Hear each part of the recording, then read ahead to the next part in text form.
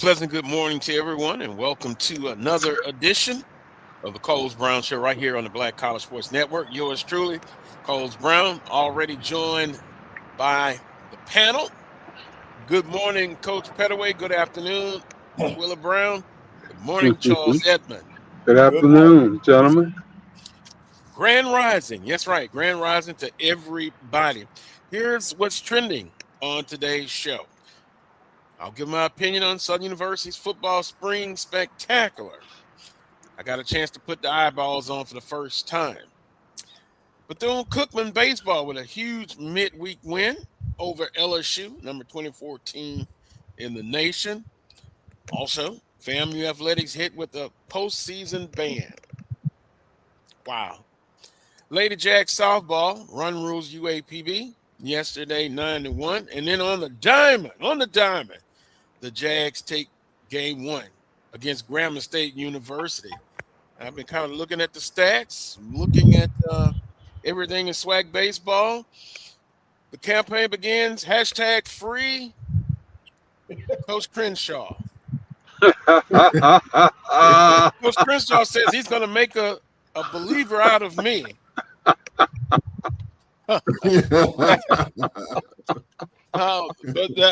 that's what's trending on today's show.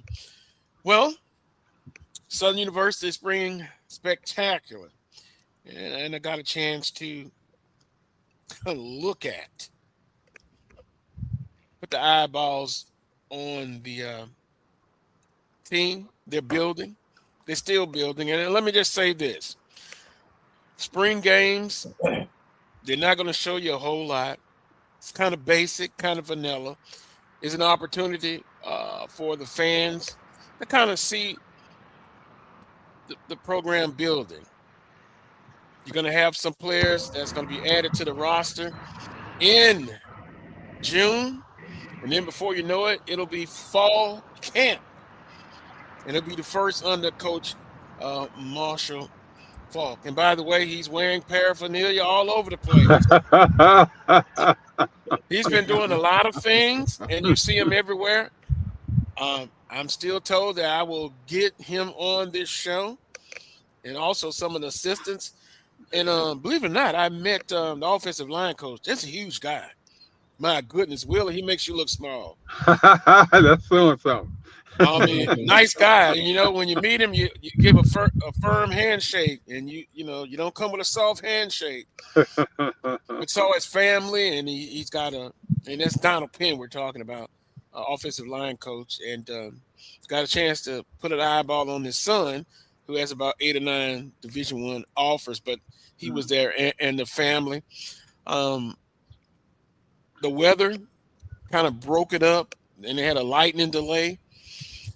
I'm in the press box, so I'm safe. But I'm thinking about everybody else. You have to do it the right way. Then they came back, and they warmed up, and they got back to it. Now let me pull up my notes. But if you guys want to talk about spring, how basic it is and how vanilla, you can go while I look up these notes. Yeah, as you know, our spring game is today, Carlos, at 2:00. So I'll be leaving here going on campus. But Cedric Thomas said it. As far as the spring game is, it's very vanilla. Give the fans something to chew on. Give them something to talk about. And he did say that I think this is the case for a lot of our schools. The roster is going to change again. There are going to be some players that may not be there after the spring.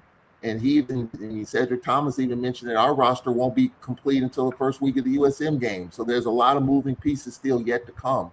So I think that's just something, fans want to see a spring game. And I know some people call it a showcase.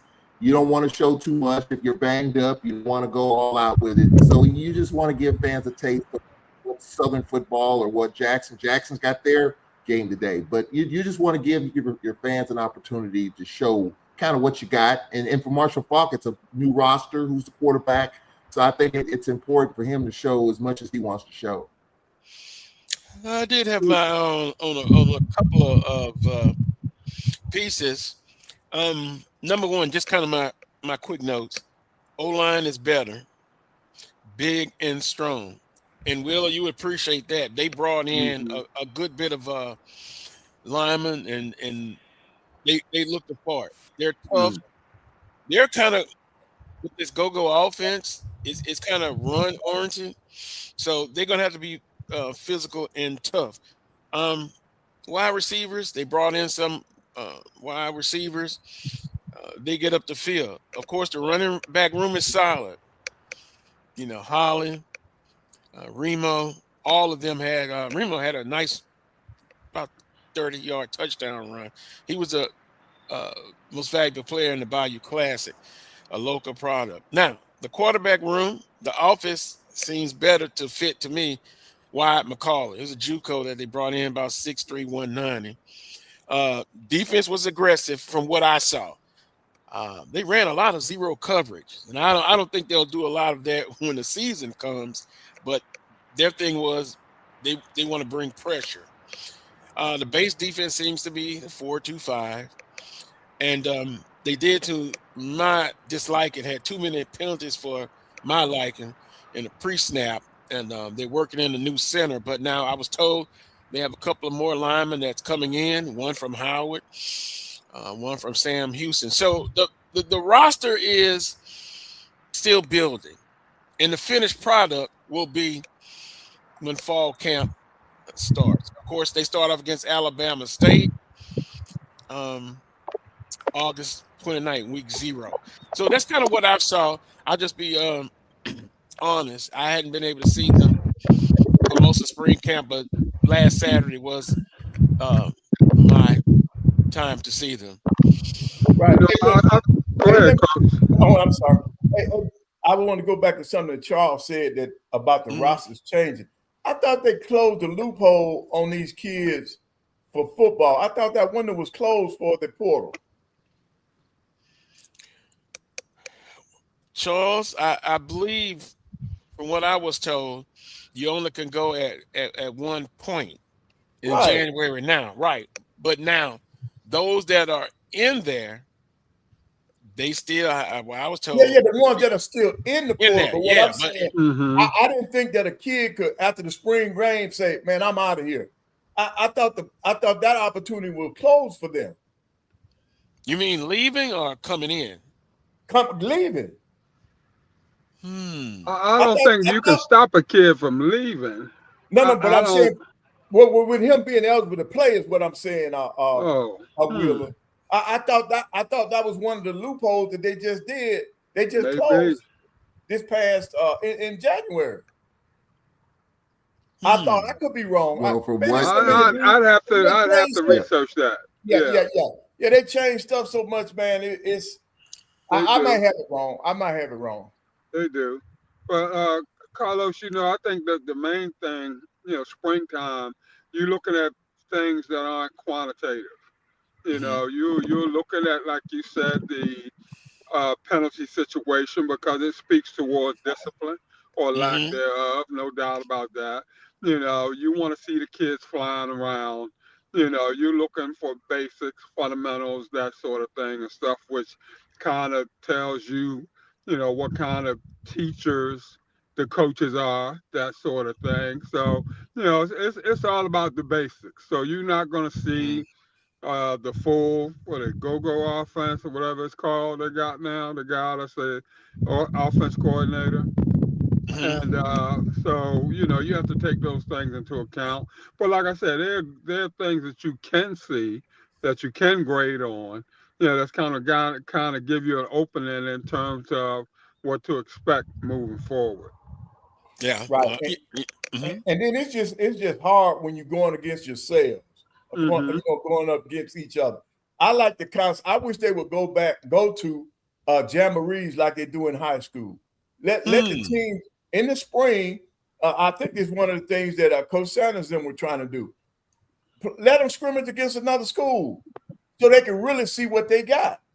Because right now, all you grading on is if you run a certain play, did the kid do their assignment? But that's against their own teammates. What are you doing when you go up against somebody else? I think that's a better test of what's going on within your program. But I think at the same time, Coach Pettaway, that you're looking to be competitive, because we're all fighting we jockeying for a position. So I got to make sure that I'm performing better than the offensive tackle that's behind me. That sort of thing and stuff. So you got that competitiveness that's going on also. So I don't think there's an issue in terms of lack of effort or energy or anything such as that. And a lot of times I want to put it on the man in front of me, regardless if he wearing the same color jersey or not. Because I got something to prove. He should be feeling the same way in terms of him impressing the coaches and all that sort of thing. So, there's still a lot at stake. I think you just don't see the ins and outs in terms of the true X's and O's. Right. But in terms of nastiness and being fundamentally sound and all that sort of thing, all those things definitely come into play. No doubt about that. But like you said, it's always nice to go against somebody that you don't know. Yeah. There's no doubt about that part either.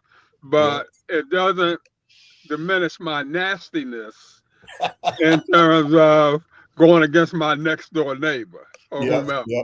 You can see a former offensive lineman, right? Yeah. Because in high school, Charles, they scrimmage, and I want to say I thought I asked Coach Graves one time about it, but I know they're thinking about maybe injuries and stuff. A lot of times they're worried about injuries in the spring.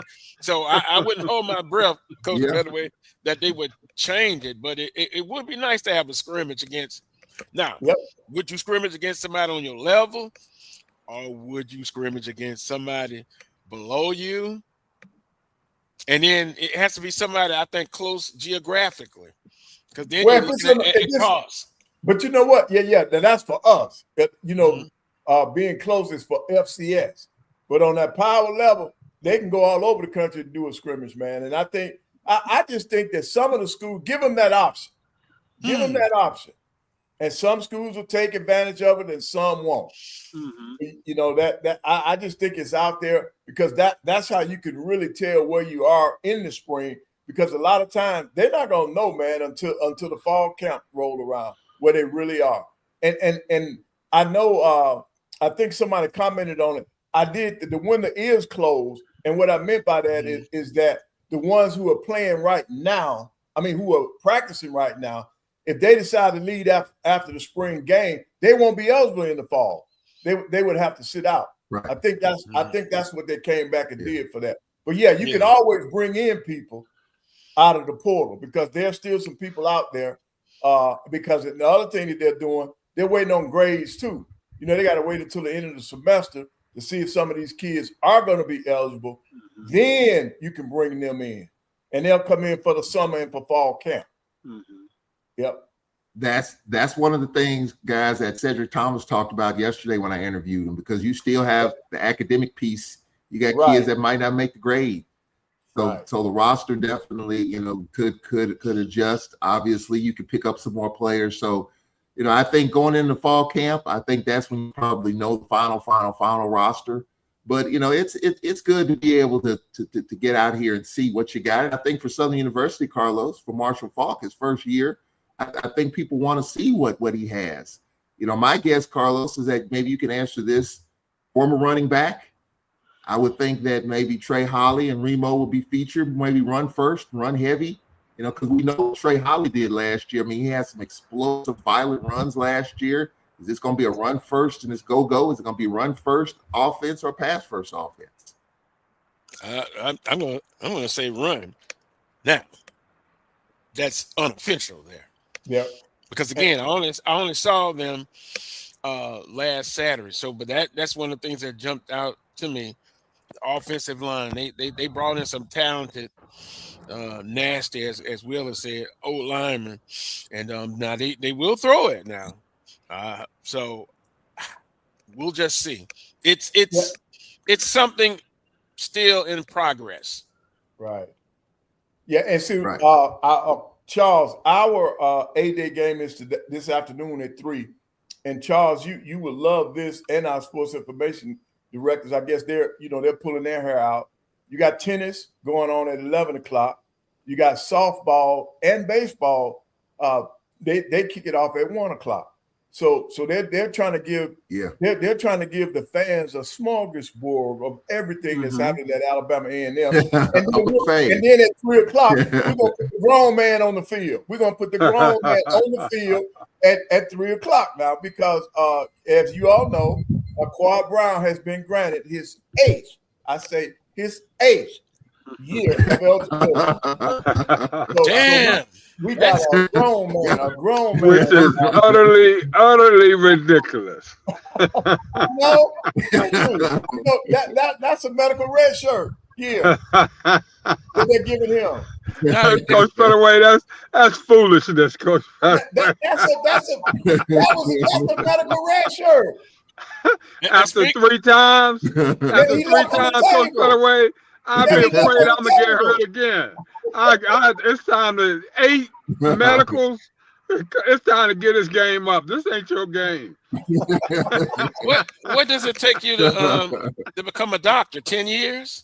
A medical doctor? Close to it, right? You need to play basketball or something, or baseball, or tiddlywinks. Get in the pool or something. That's one of the first for HBCUs, though. Normally we don't get those kind of waivers.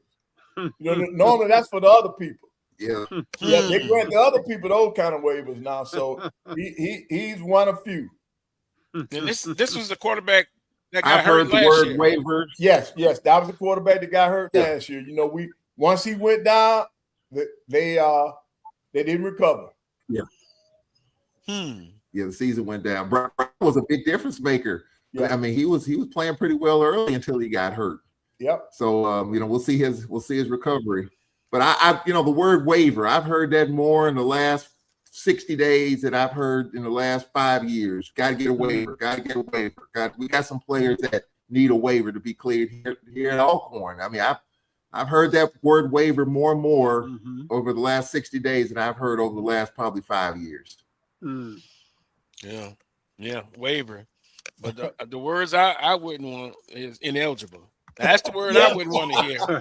That's the kiss of death. That's the kiss of death when you hear that one, boy. Well, and because number 3, FAMU athletics hit with a postseason ban. Now, I kind of looked at the official statement. I'll just say this. I don't find any happiness in that. Like, on social media, some people making fun. As a Southern alum, I understand what happened. Going through all of that. And then now with FAMU, you kind of saw it coming. I kind of was looking at the APR for a 4-year rolling. It was, and I'll tell you, it's a couple other schools in football that I saw. You need to be very careful. Yeah. One from a school in Florida, another HBCU in Florida. If I'm not mistaken, Alabama A&M has some work to do. Yep. So I don't want to read the whole official statement, but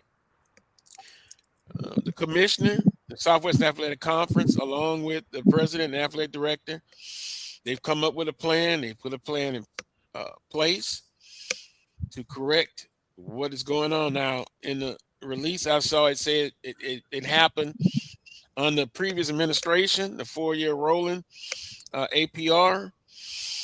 So when I look at it, I just hope everything is in place that they can, correct it. And so now the things come up about championship, Celebration Bowl.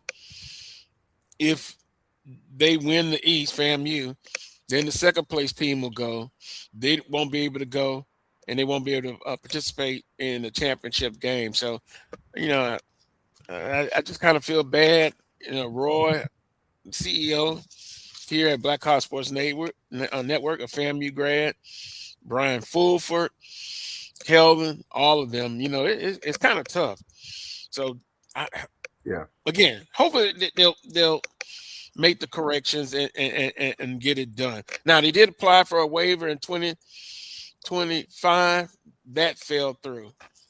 Brian say next story. Not 1, not 2, not 3, not 4, but 8. Oh, he's talking about player. Brown. Yeah, and so we were talking before the show started. You know, the portal transfers. You transfer from one school, you go to the next one. If you graduate, then the institution that you left from gets a point, and where that student athlete landed. But man, you just got to know what you're doing. You know, when you bringing people into your program, remember we talked about it, you got to do your due diligence and see. And that's where it all starts, Carlos. At the end of the day, that's where it all starts. You know, it starts with recruiting. You know, it starts with ensuring that you're bringing in kids that can get it done academically. And if I'm not mistaken, you know, FAMU put in a lot of measures back when that.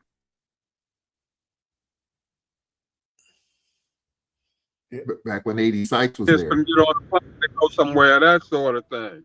Yeah, and so you know, we're talking a few years back in terms of semi-question marks, that sort of thing.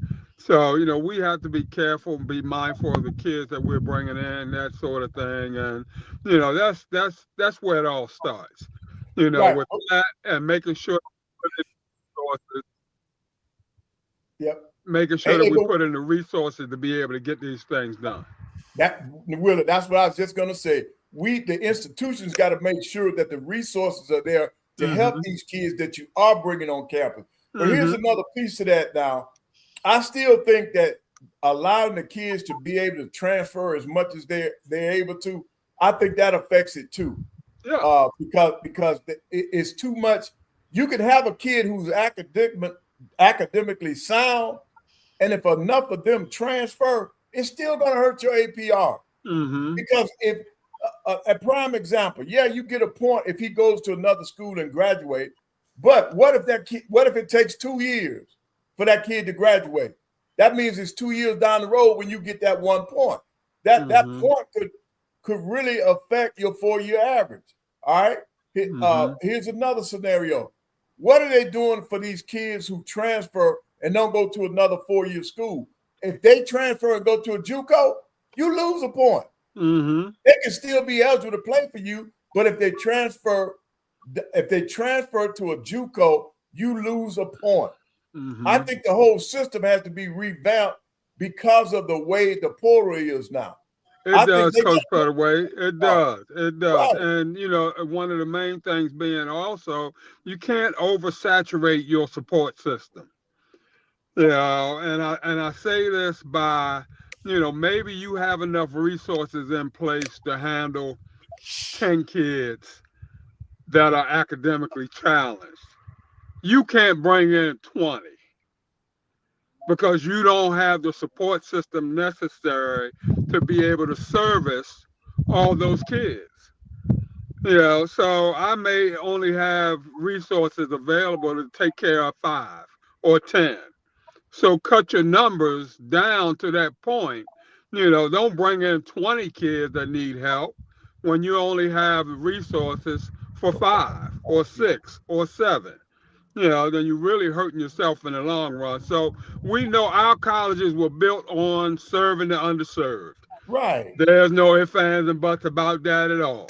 Okay. But if we don't have the resources necessary to serve the underserved, okay, then we're doing them a disservice as well as doing the institution a disservice, especially as it pertains to NCAA issues. Well, once again, to your point, after Southern had their situation, you can kind of go look at their academic support. They pushed it up. Right. You know, once that happens to you, most of the time you'll move heaven and hell. Heaven and earth, shall I say, excuse me, to get the funding necessary. And I remember when Southern had it, Dr. McClellan was at Texas Southern, and they flew in Southern to see how they were able to put things in place. Texas Southern had an issue like that as well. I'm just, you know, for me, you know, and I've seen, and I'm with you, Carlos. I've read all the social media back and forth about it. And as a person that's been to FAMU quite a few times now, I just hope they get it fixed. Hope whatever it takes for them to get it right. Their president said that this is not a student athlete issue; it's an infrastructure issue. And so I think what she said is probably correct. They got to get it fixed, and it's a rolling number. So one number comes off the books, one comes on the books, and you average out those four, and you got to be above that threshold. So I hope going forward that they get it fixed, because not being eligible for the postseason stinks.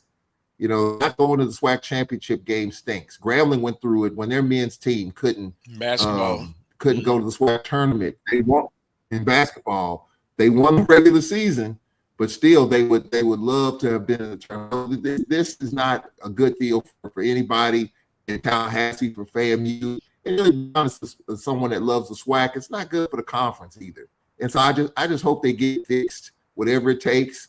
I don't know if the NCAA still has that grant out there, $900,000 grant that could help with your APR infrastructure and hiring more people, as Wheeler said.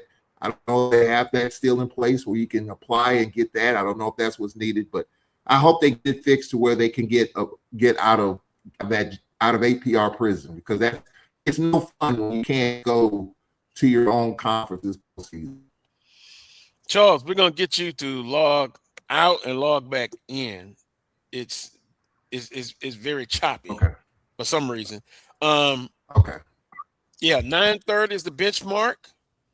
The APR is a term-by-term measure of academic eligibility and retention for scholarship student athletes, calculated on a rolling 4-year average. So the president of FAMU said we owe it to our student athletes and the Rattler community to be transparent about where we are and what we are going and where we are going. The 4-year rolling average that produced this outcome includes a period of significant transition. That context does not excuse the result, and we are not here to make excuses. We are here to fix it. The 2026 season is an opportunity for this team to demonstrate its character, develop its culture under Coach Gray, and lay the foundation for years to come. I am already encouraged by the support of SWAC Commissioner Dr. Charles McClellan as we work through this together. And then they had a quote from Coach Gray later on in the information. Then it also goes on to talk about corrective action and academic support investment. So, FAMU, and this is in football, level 2. You don't want to go any further, because after level 2, it gets even worse. So that they'll be restricted in amount of practice time and that kind of stuff. But now, when this happened in basketball, you all do realize that every school that had that won the championship. Every school that had restricted practice time, when I was coaching, the schools that went on with that and had that, they won championships. So you're saying FAMU? No. In basketball, those kids were not tired down the stretch. In basketball, those kids were not tired down the stretch because those hours have been reduced. Because of limited practices, fresh legs. Yes. Oh, Coach Pettaway. and also, speaking of that, I could have added this to what's trending. I guess we'll take a timeout, come back. Coaches coming and going, basketball, update coming with Alabama State. I'm on the phone all the time making sure my coach. Yeah. Because I did read an article by Kyle Mosley saying what he thought should happen. I'm glad you're not an AD, Kyle. who has been a guest on this show. But no. Stay away. Yeah. Stay away. Not assuming that it's gonna happen. But you know what? If you do a good job, people are going to be excited about it. No doubt. No doubt. And they ask for permission to interview your coach. then we'll see. But Texas Southern has an opening for a men's basketball coach. But well, go ahead, Charles. I was just saying, interesting, interesting right there with Alabama State. You know, you heard a bunch of names kind of bantied about that we were familiar with, and they kind of go outside of the box, if you will. And I was talking to some people the other day about this, and it's like this one person who's pretty well connected said, you know what, good. You know, in other words, they believe the old recycled names that we keep hearing time and time again, it's time to go outside of the box. And so this person felt like that this was a really good hire. And Coach Pettaway, we were texting about it. This guy Langston did pretty well, and he was in Alabama. You know, I think maybe he could put the SWAC on notice in the next couple of years in terms of what he could do philosophically. Right. His style of play is going to give some teams some problems now. Now, Charles, you should remember this now. I don't remember the year, but when he was at Talladega, he played either 3 or 4 SWAC teams in the same year, and he beat them all now. Mm-hmm. He knows how to recruit. His style of play, you're going to enjoy it because he's going to be up-tempo. Defensively, he's coming after you in so many ways. He's still pressing. He's trapping. He's doing it all, man. And he has put together now that this was all NAIA now. So he was getting kids in, some of the kids that we couldn't get. But he knows talent. He knows talent. Yeah. And so it's an interesting hire. You know, it really is. I didn't think about it, but you know, Dr. Cable's an outside the box kind of AD. And so I really shouldn't be surprised in terms of, you know, what he does in terms of his hires. So that's going to be interesting to see. But now the other shoe that's got to drop, what's Texas Southern going to do with Johnny Jones leaving to go to LSU? You know, I've heard Randy Bolden's name mentioned. Remember Randy Bolden when he played for Texas Southern? He was at Mississippi College. His name's been mentioned. Some other names out there. So I'm anxious to see what Texas Southern's going to do in terms of their coach. As long as they don't come to Baton Rouge, I'm fine. Whatever choice they make. I don't think Kevin Johnson's going anywhere. I think Kevin Johnson's just fine. I think, you know, everybody name drops, but I don't think Kevin Johnson's going anywhere. Now we still got another open. Now Valley's open too. Now we don't even bring that up, but Mississippi Valley's open now. Well, that's true. Come on now, we got to show Valley some love, man. They're open. Beautiful arena, beautiful. Yeah. Resources. That's always a situation with them. I don't have as much sympathy though, because the coach that was there, George Ivory. And I get it. George Ivory had an opportunity to become the athletic director, but I was told that he wanted to be a basketball coach, not an administrator. So when you roll that dice, you got to understand that, you know, just like Roman Banks could have stayed as head coach, not AD, and things didn't work out, and you know what could have happened. So George Ivory wanted to be a head coach, but he wasn't winning, and they bring in an AD who wants to win, and Dr. Gaston. So it's just a tough situation there. If I was George Ivory, I probably would have took that AD's gig, brought in my coach, and I think he would have looked a lot better in the grand scheme of things. But he made that decision. Well, if he wanted to coach, let him coach. But look, here's the thing though. Back in 93, when they named me AD at Alabama A&M, they told me that when the time came, if I wanted to be the AD, I could make a choice. I could be the AD or the basketball coach, right? You know what happened to me, Charles? I still remain the basketball coach, but I didn't make the choice. An interim president came in and made that choice. Mm-hmm. He said that a coach from a major sport should not be an athletic director. And he brought one in. So he took the job from me. I didn't have a choice. The board that hired me as the AD told me I would have a choice between AD and basketball. But Charles, I'll tell you this, during that time, I would have still been the basketball coach. I wouldn't have left that to be the AD. I would not have been the AD if I had to choose. Well, let's take a break. We'll continue this conversation when we come back. You know, it's hard doing both. Yep. You know, Reggie Theus, how's it working for him at Bethune-Cookman? He has plenty of help. It's a hard job. It is a hard job. We'll be back It is a after project. this timeout. You're watching the Carlos Brown Show right here on the Black College Sports Network. We shall return. From cancer care to accidental injuries to cardiac care, we all know that there are times that you can't control what happens in your life. But with Globe Life Family Heritage, you can be prepared to weather the storm when it comes. Call Dr. Beverly Eagle Rogers at 877-300-8269 or visit the website at globelifefamilyheritage.com. With over 25 years of serving communities, Dr. Beverly Eagles Rogers is here to help you and your family through difficult times. Dr. Beverly takes pride in Globe Life being one of the few companies that returns 100% of premiums to clients that stay healthy. So for more information, call Dr. Beverly Eagle Rogers at 877-300-8269 or visit the website at globelifefamilyheritage.com.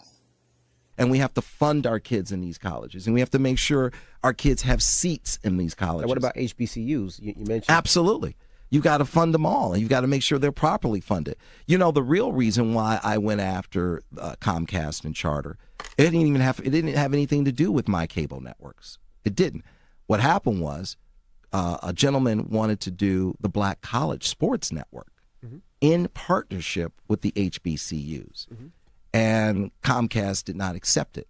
And that would have made a lot of money for these black colleges. Absolutely. And it would have educated the Black College Sports Network. This is what he wanted to do. That would have educated a lot of black kids. And when they didn't do that, that's when I came off the bench and said, okay, I'm going to light you up like a Christmas tree. Okay?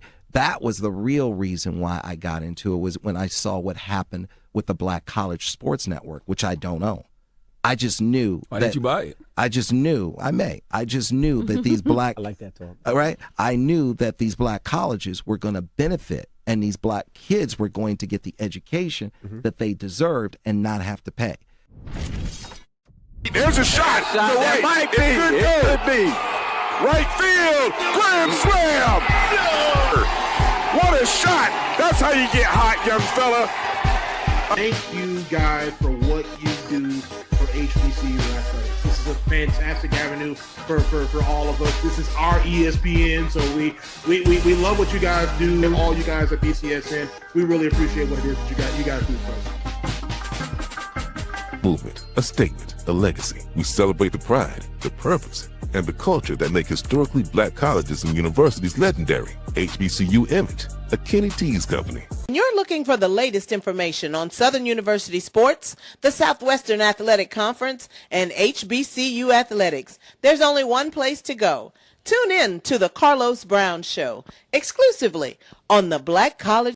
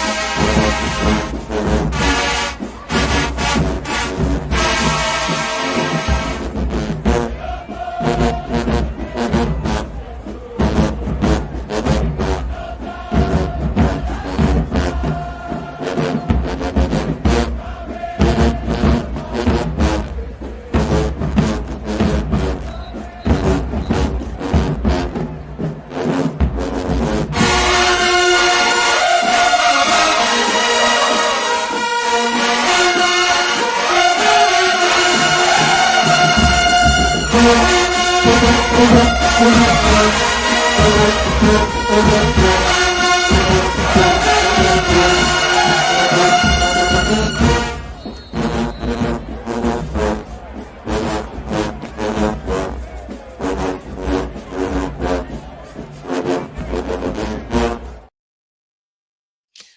back to this week's edition of the Carlos Brown Show right here on the Black College Sports Network. Willer had to, unfortunately, leave today's show to take care of a personal matter. So we hope everything is all right with Willer. Before the last break, we were talking about, what were we talking about? The coaches, basketball coaches, the changes. And then we didn't mention Jackson State. They've named an interim at Jackson State, but I'm wondering how long is it going to take before that becomes permanent? Well, that's the question out there. You think it's going to be permanent? It should be. Yep. I'm saying it should be. They haven't announced it as permanent yet, have they? No, he's interim right now, but my sources are telling me that it's kind of Trey Johnson's job to lose. Right. And so he deserves it. He deserves it. Yeah. That's just what I'm hearing, the scuttlebutt I'm hearing about it. And then that's another situation. And Coach Pettaway, you could probably speak to this too in terms of this landscape that we're in. You got head coaches leaving to take assistant coaches' jobs. Right. And that's something we didn't, I'm gonna be honest, I didn't see that coming.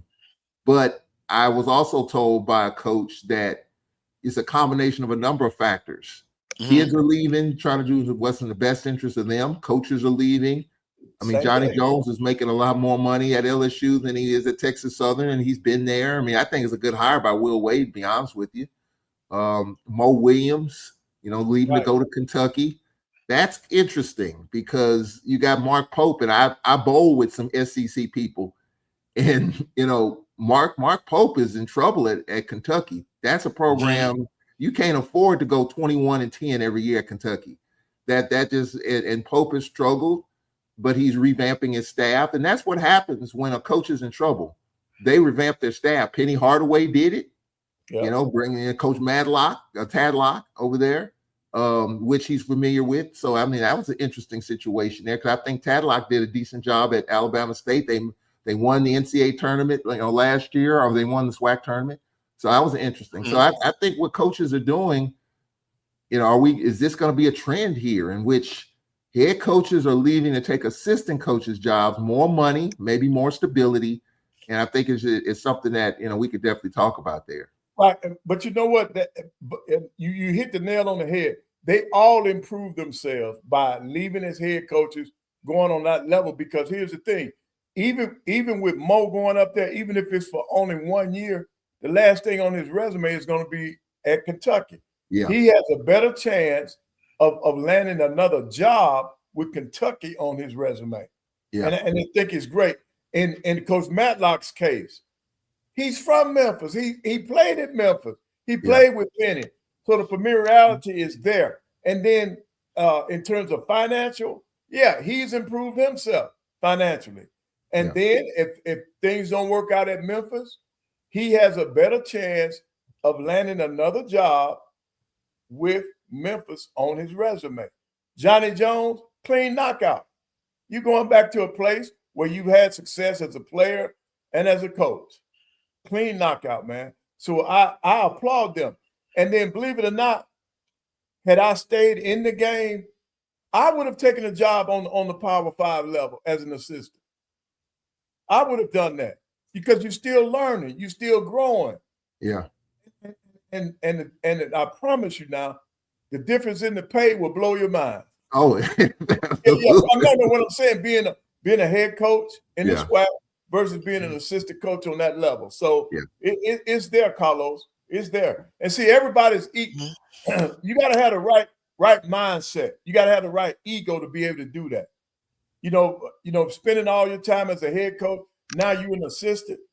But to me, you cannot be a good head coach to me if you have not been an assistant. In other words, you got to be able to, you got to work your way up. I've always believed in that. You work your way up the ladder.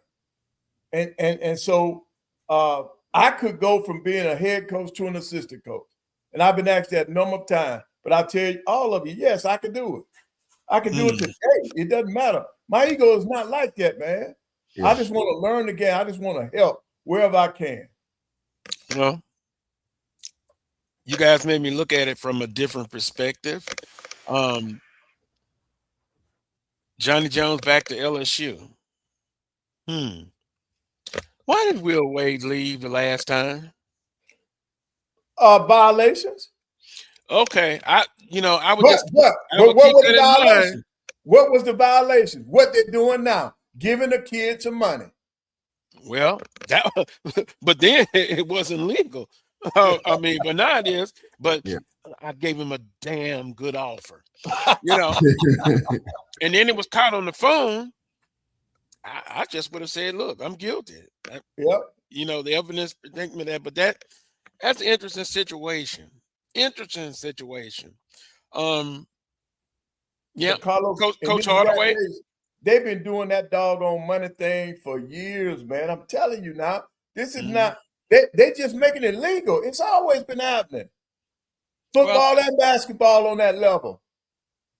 Well, I don't begrudge someone going. They left. They're gonna be making more money. Who is it for me to say no? You shouldn't do it. It's better to be a head coach when the money is there. I give that. Each individual has to look at it and see what's best for them. Yeah.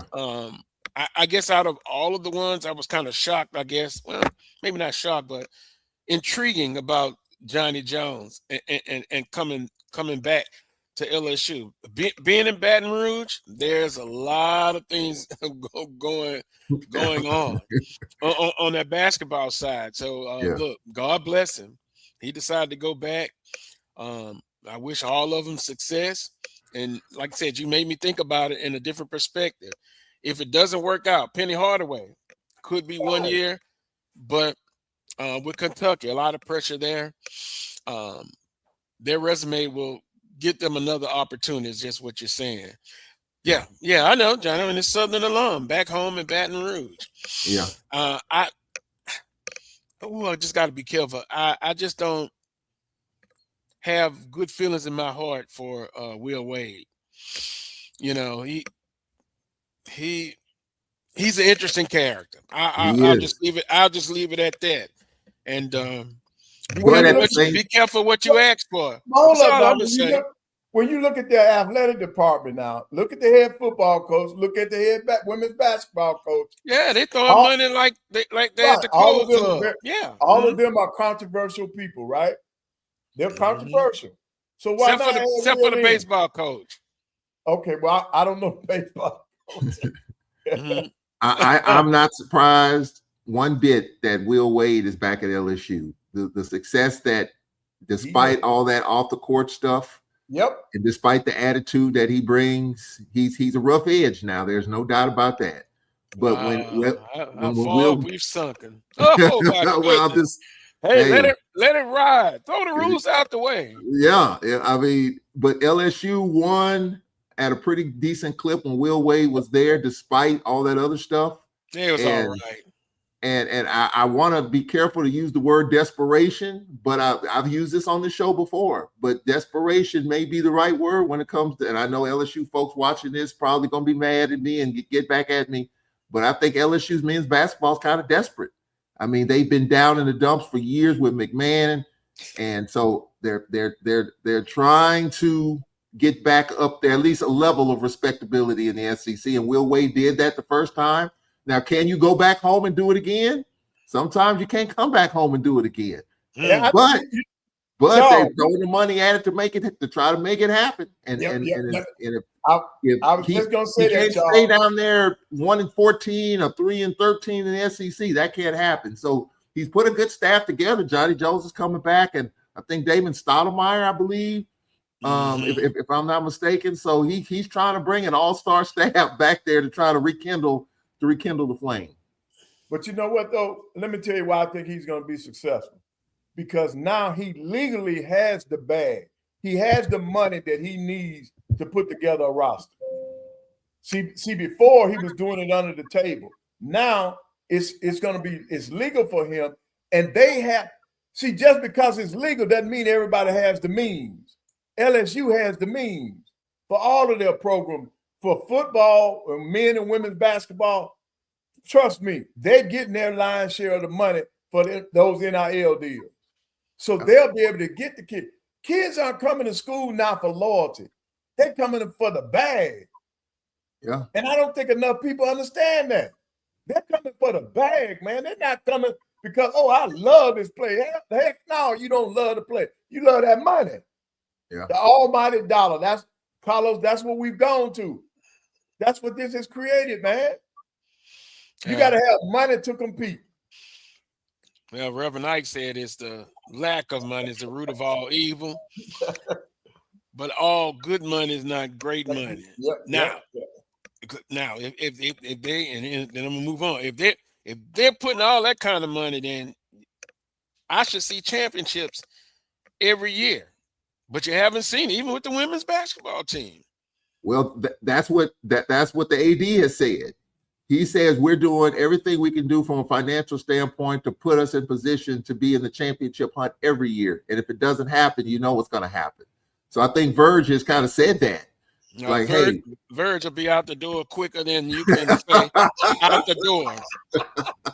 With his bag. Come on, Carlos. Hey, Carlos, they'll give him a bag to leave. Hey, I live in a political state and city. Yeah.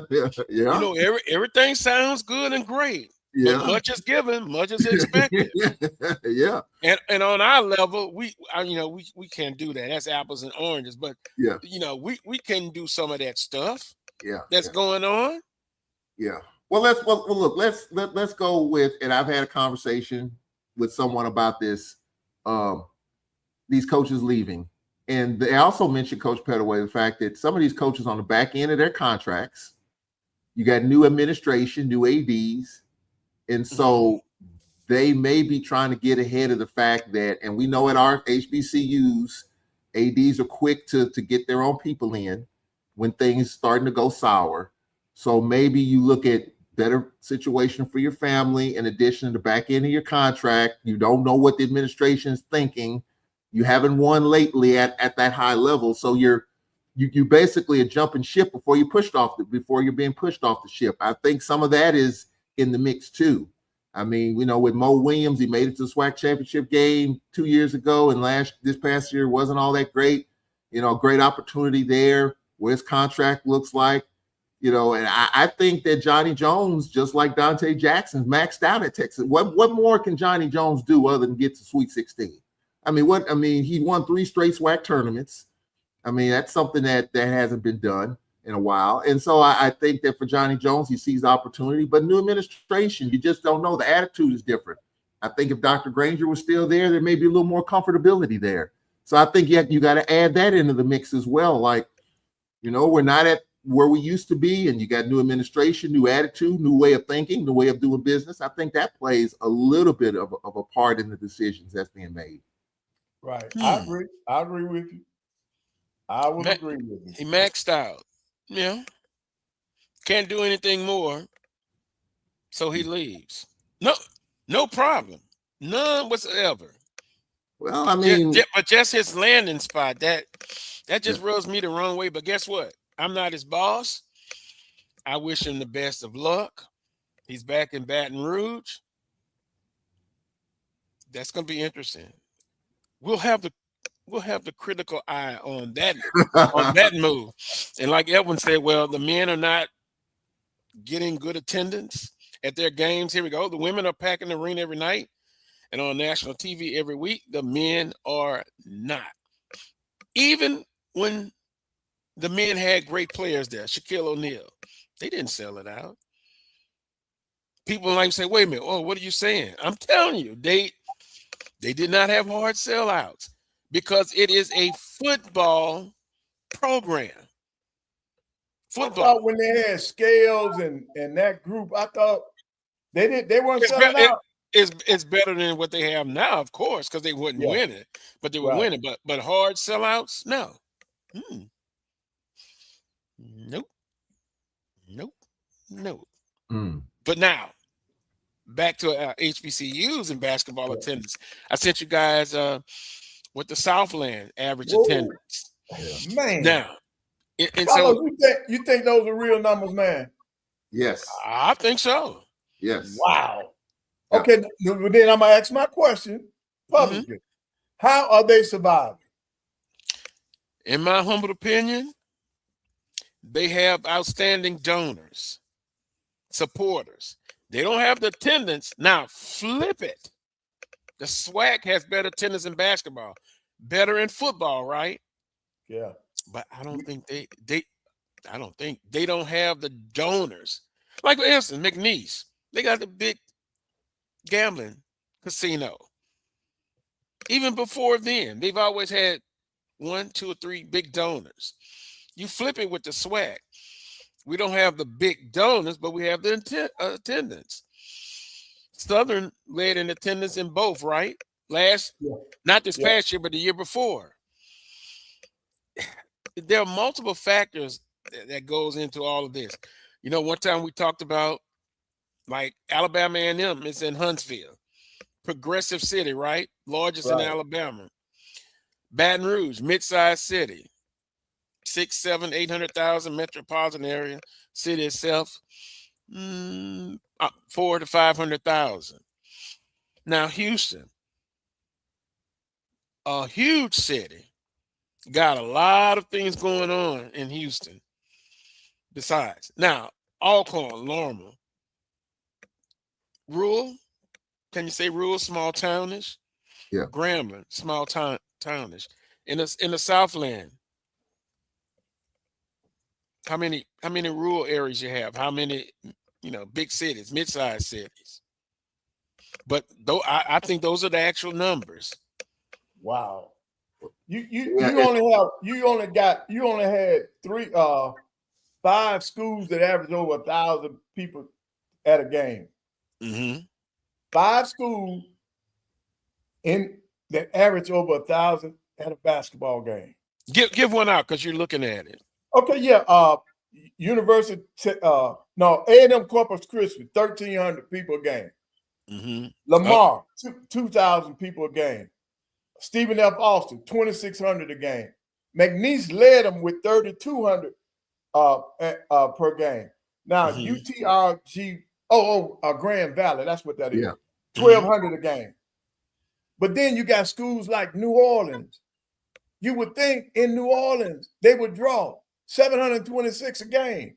Houston, and that's in Houston and then UNO is about to officially become LSU New Orleans. They're going back up under the LSU system. Yeah. Yeah. Wow. Now Houston Christian, that's in Houston. Mm-hmm. 700 a game. Nichols. Now is that a major city? Where is Nichols located? Thibodeau, down on the bayou. Small. Yeah. 671, Carlos. Mm-hmm. Northwestern, 546.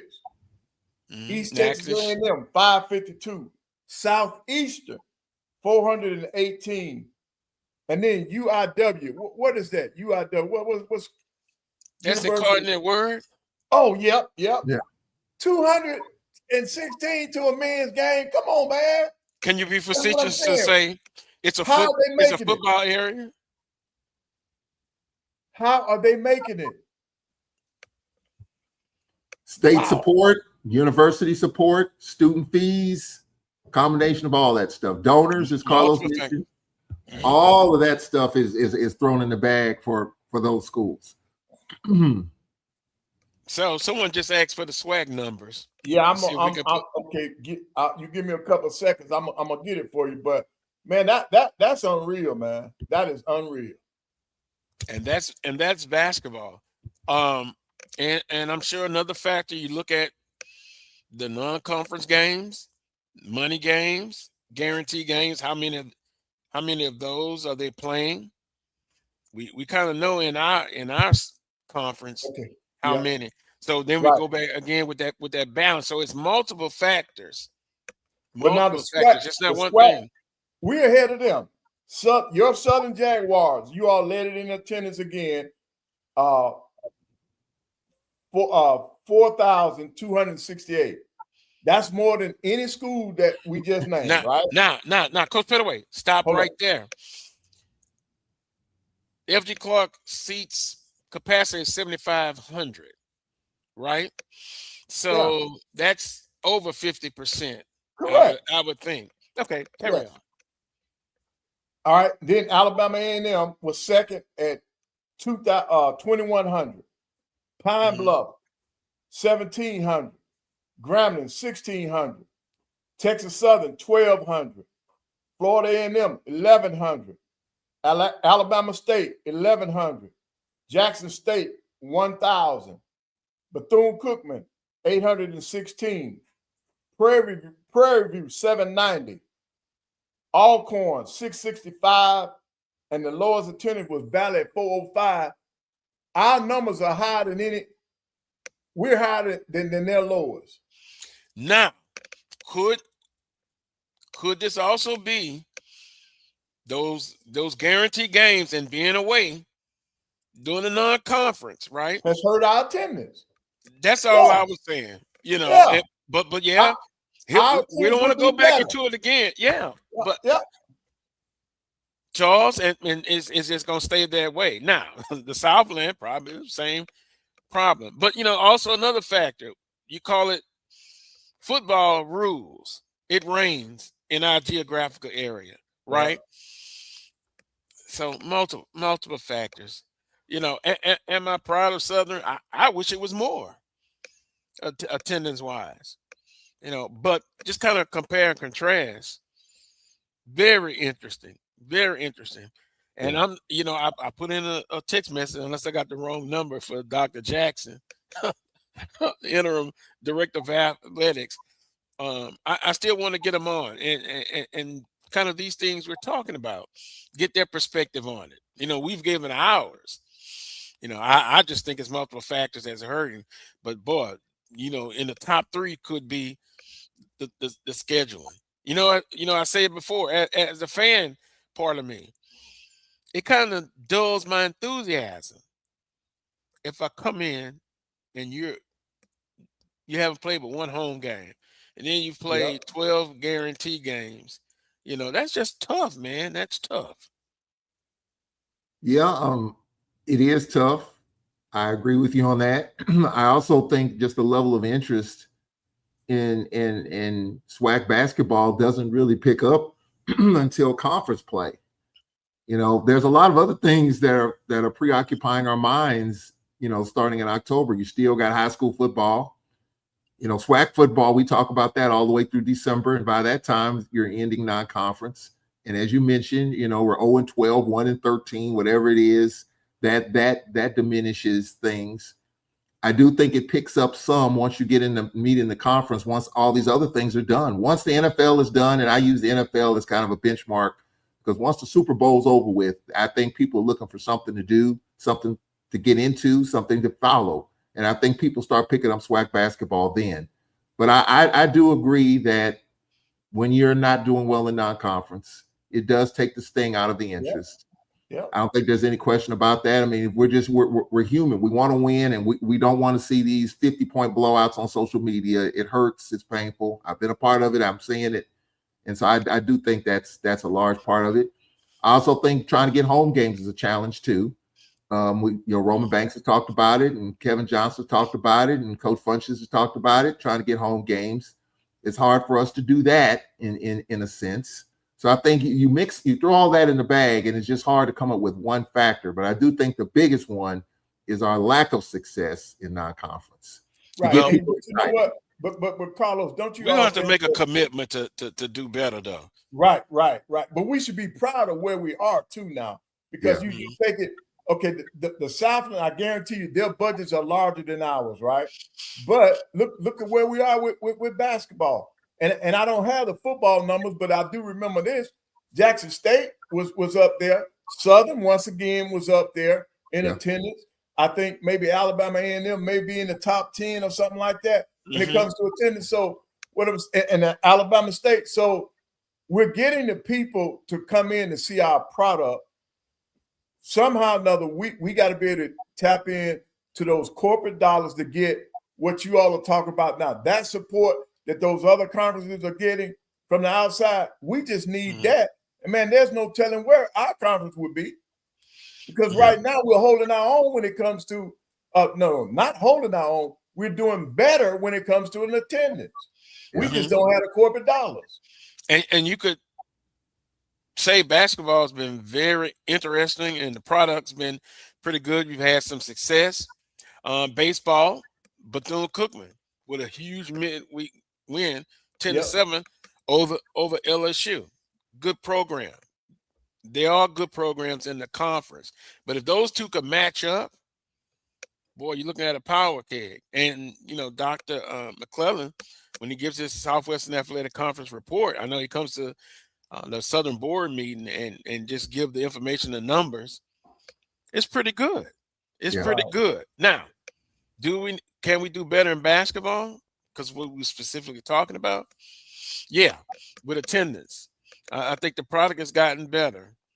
From the Black College Sports Network, HBCUs at all levels have led attendance most of the last 30 years against PWI conferences of comparable size. Yeah, I would agree.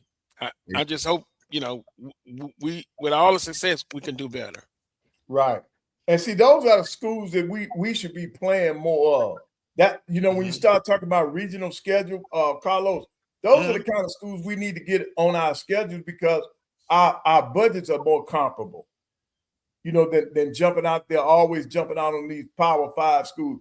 But in football, it's going to come to a head anyway, where they're going to make them not play us. They're going to force them not to play us. Well, so, Coach, yeah, you remember Coach Johnson a couple of weeks ago? He was on the show. He was saying that when they defeated Louisiana Tech and Tulsa, they're not gonna play anymore. No. Yep.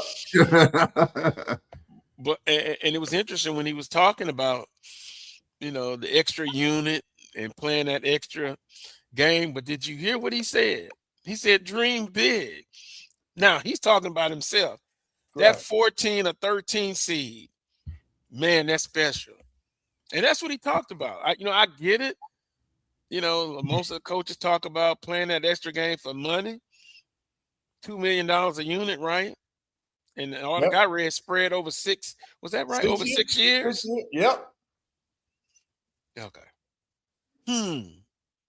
But I'm kind of with Coach Johnson. I want to dream big too, and it may be an unrealistic dream.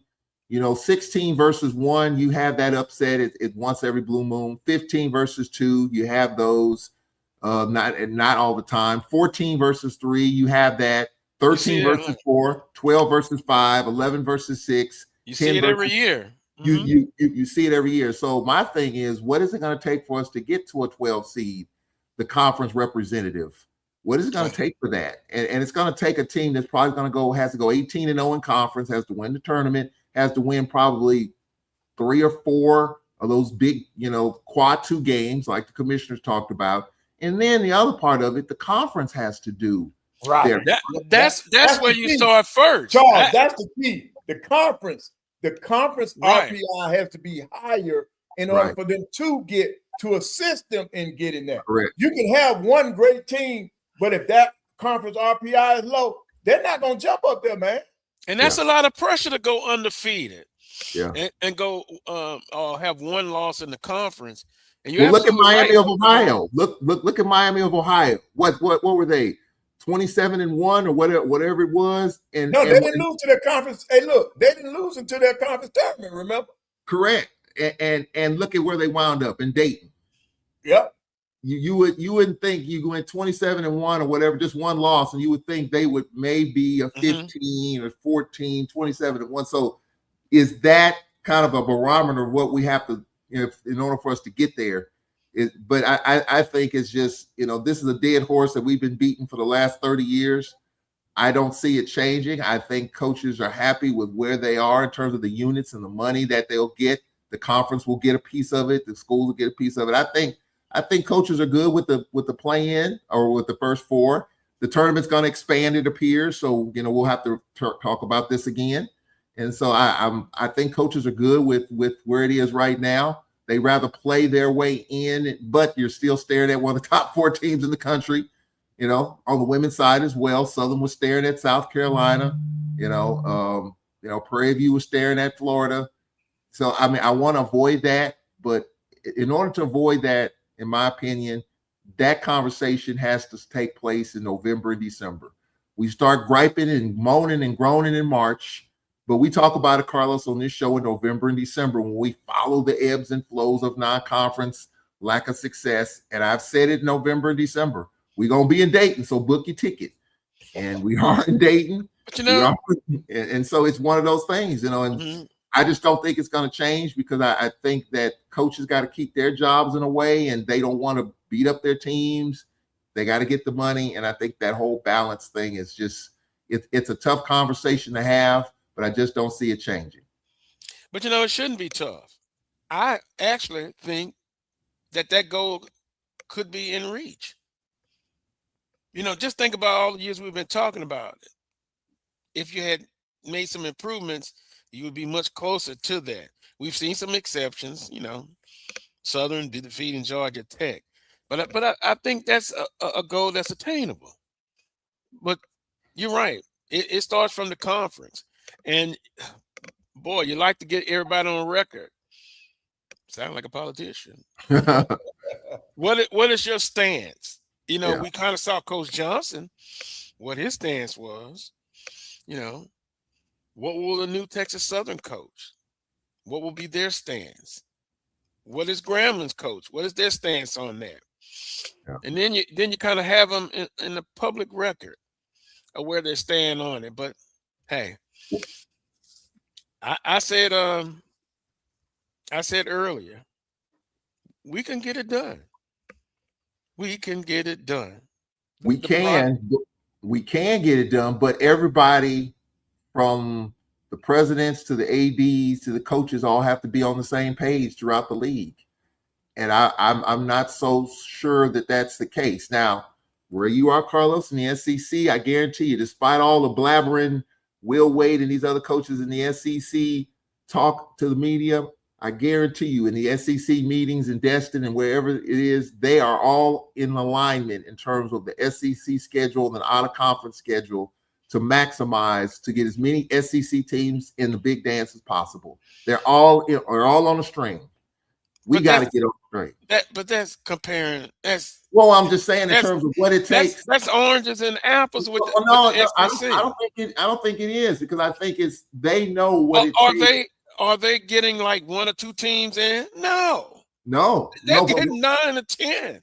What I'm saying, my point it's the haves and the have-nots with that. What I'm saying is that in terms of getting everyone on the same page from an administrative perspective, in terms of saying, okay, we got to play more quad 2 games. Every coach 1 through 12 be on the same page in terms of trying to get more of those quad 2 games. Or even on the women's side, whatever it takes. I think everyone, the attitude, even though someone made a post that the budgets are different. Yes, the budgets are different. The finances are different. Got to bring in more money. We brought in over $1 million, for guaranteed games. Peanuts. Too much. It is peanuts, but I'm saying peanuts compared to what you're comparing with the SEC. Well, my point is that I'm not talking about numbers in terms of the attitude, in terms of everyone being on the same accord. That was my point. That in the conference, I don't know if everyone is on the same accord. Like apparently not. Right. And so that's the reason why if you got to bring in all these guaranteed games and bring in 750,000, $1 million, it's tough to be on the same accord schedule-wise with quad 2 games and all of that. And so that's where you have the disparity. And then come January, where whatever our record is, second from the bottom, 33rd, and now we're in Dayton and people are frustrated and angry. Why we got to play Florida? Why we got to play South Carolina? And so, but all that starts way back in November and December, actually in the summer when you're putting these schedules together, SWAC meetings. So I think that's important. But do I see, and I would love to see it because I'm a SWAC guy. I want to see us be the best that we can be, have the best seating we can be in the NCAA tournament. But do I see that happening anytime soon? Unfortunately, I would say no. Shame again. I understand you got to do what you have to do, but that has proven, and maybe we shouldn't have this discussion anymore. We keep saying we're not, Coach Pettaway. Yeah. but it comes up, and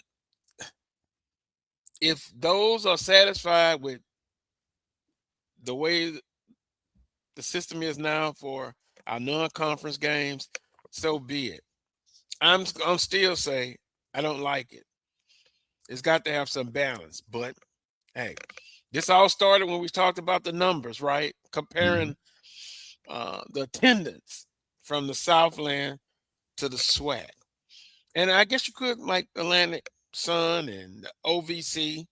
I think you'll see comparable numbers. Yeah, Southern University, 2 years in a row, men and women's side. Congrats, but I just think it could be better. It could be better. It could be attendance-wise. And see, I think a lot of times we settle. It's so easy for the coaches to do all of this scheduling and agreeing to bring in all these money gains. But as I said 3 years ago, at what cost? At what cost? And we see the cost, Coach Pettaway. Yeah. You know, a great team goes undefeated. Still going to be a 16 seed. I just think we can do better, and we can. We should. Yep. I agree with that. But do we have the will and the desire from not? We do on this panel. We do. We talk about it, but on these campuses, in these boardrooms, is that conversation being had as well? Apparently not. Or if they had the conversation, Coach Pettaway, they decided to keep going as is. No. Their conversation is totally different. They're telling them, you need to bring this money in. We got to have this money in order for us to survive. So that's how that conversation is going. And these coaches go into these jobs, and I think sometimes when they interview for the job, that number of guaranteed money is one thing, and then when they get there, they raise it on them. It goes up on them. That's a side deal. And we look at the attendance. Multiple factors. We look at the attendance. We'll move on. Move on. What do you think about Bethune-Cookman with a 10-7 victory over LSU, a midweek game? Look, they came in and said, hey, it's a midweek game. We're playing the defending national champs. We're going to put an all-out effort to win this game, and they got it done. Now, it made a lot of big story across the nation. You know, when this type of game happens, it's great. But now, 2024, Southern defeated LSU. But it's a big deal with Bethune-Cookman. And then, lo and behold, they lose the Valley. Yep, that's right. Just for to say. Yep. Right. You get the high, and then now you come down to the low. Yep. Losing the Valley 8-6. Incredible. Just incredible on any given day, right? But kudos and hats off to Bethune-Cookman, the Wildcats, who, and if you look, I was looking, and we're going to talk some baseball too. Interesting race going on in the Southwestern Athletic Conference. Yeah. As big a victory as that was in midweek, Valley, they lose. Now, Bethune-Cookman probably will win the series, and they're still in the top three. But wow, joy and pain, like sunshine and rain. And then y'all got Texas Southern out there. They just playing awesome, man. When it comes to baseball, 10-2 in the league. Mm-hmm. Yeah. Well, I'll say this about baseball because it is, and with Bethune losing the Valley, I think is more so. I think we should spotlight Valley because Valley baseball seems to be on the come up just a little bit. I don't think you can just show up, get off the bus, and think you can beat Valley 15-1 in this league. I think Valley is much improved. I do think the hangover from that LSU win is real because that got national attention. And even though it's happened before, Carlos, as you mentioned, you know, Southern's beating LSU, but that high is so high that you got to come back to earth and you got to be able to buckle down in conference, and a little bit of the slippage that's what happened there. So congratulations to Bethune. And again, that's a program that, you know, pre-COVID, that was a dead program. And I don't know if people realize, ever since COVID ended, Bethune has been on the come up the last few years. You know, when COVID hit, that coach was laid off. He didn't have a job. You know, most of our coaches got paid during COVID when there were no games. He didn't. He was a courier, I think he at DHL or at FedEx, one of those, because we talked about it. And so for that program to be mothballed, to come up on the other side of COVID, and they've really been on the come up the last few years, and then they won the championship last year. So that program is really solid. They got a really good coach. And the conversation obviously is the racial makeup of the players on that roster. You know, that's been talked about in SWAC baseball for a long time. So a lot of people are saying that as long as they're winning, the makeup of the players, it doesn't really matter, but it still comes up because there's not a lot of us playing baseball.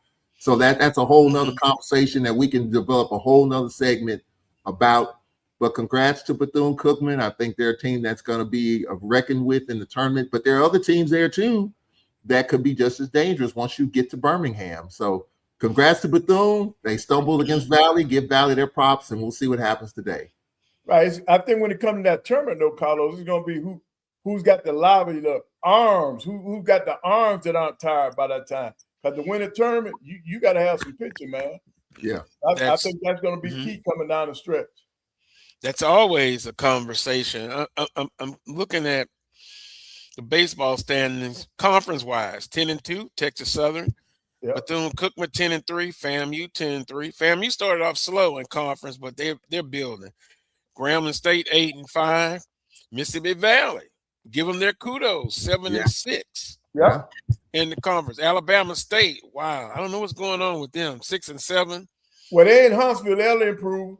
Yeah, well, 6-7. Jackson State 6-7. Southern University 6-7. Prairie View 2-10. Alabama A&M 2-11, and Alcorn State 1-11. That's in conference. Well, you know what I've said, Coach Pettaway, you took a little shot down your own team there, huh? Yep. Yeah, I understand. Southern University, Jackson State. What did I say? Critical eyes. I will be watching. Now, the administrators may not, but I'll be watching. And Southern and Jackson State, they're right there where I thought they would be in the conference so far. But it's going to be a tremendous race. Texas Southern, I'm going to be honest, I didn't think they would be where they're at right now.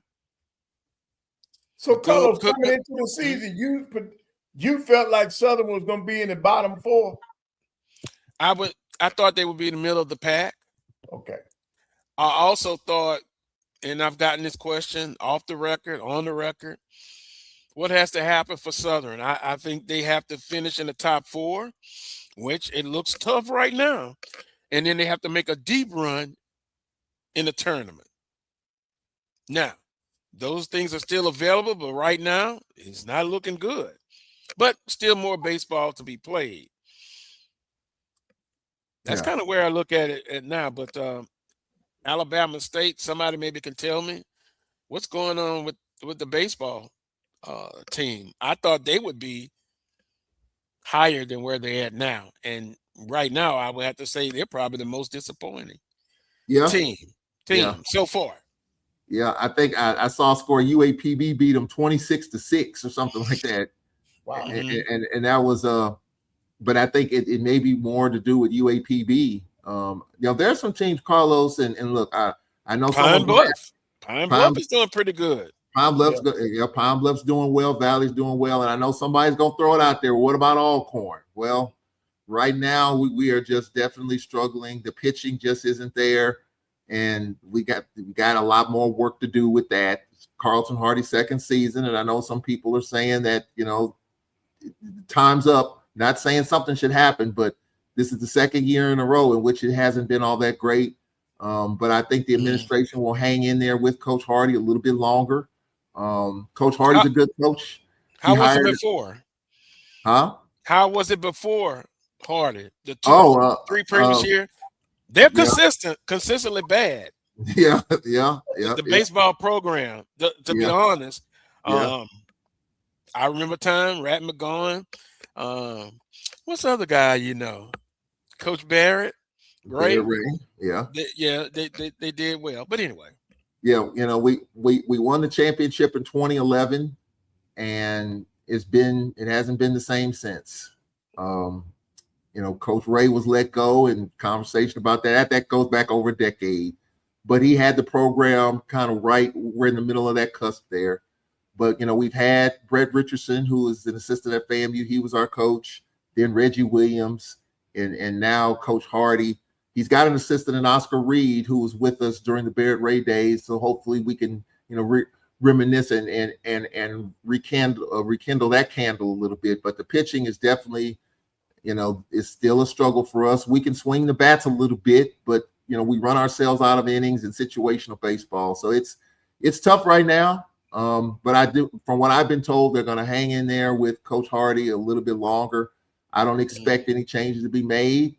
And so we'll just have to hang in here with Coach Hardy and see what happens. I know someone's going to ask about Alcorn baseball because we're not getting it done. Softball either has been a challenge. So we got some work to do on both sides, baseball and softball. Yeah, well, we lost Alabama State yesterday 10-0.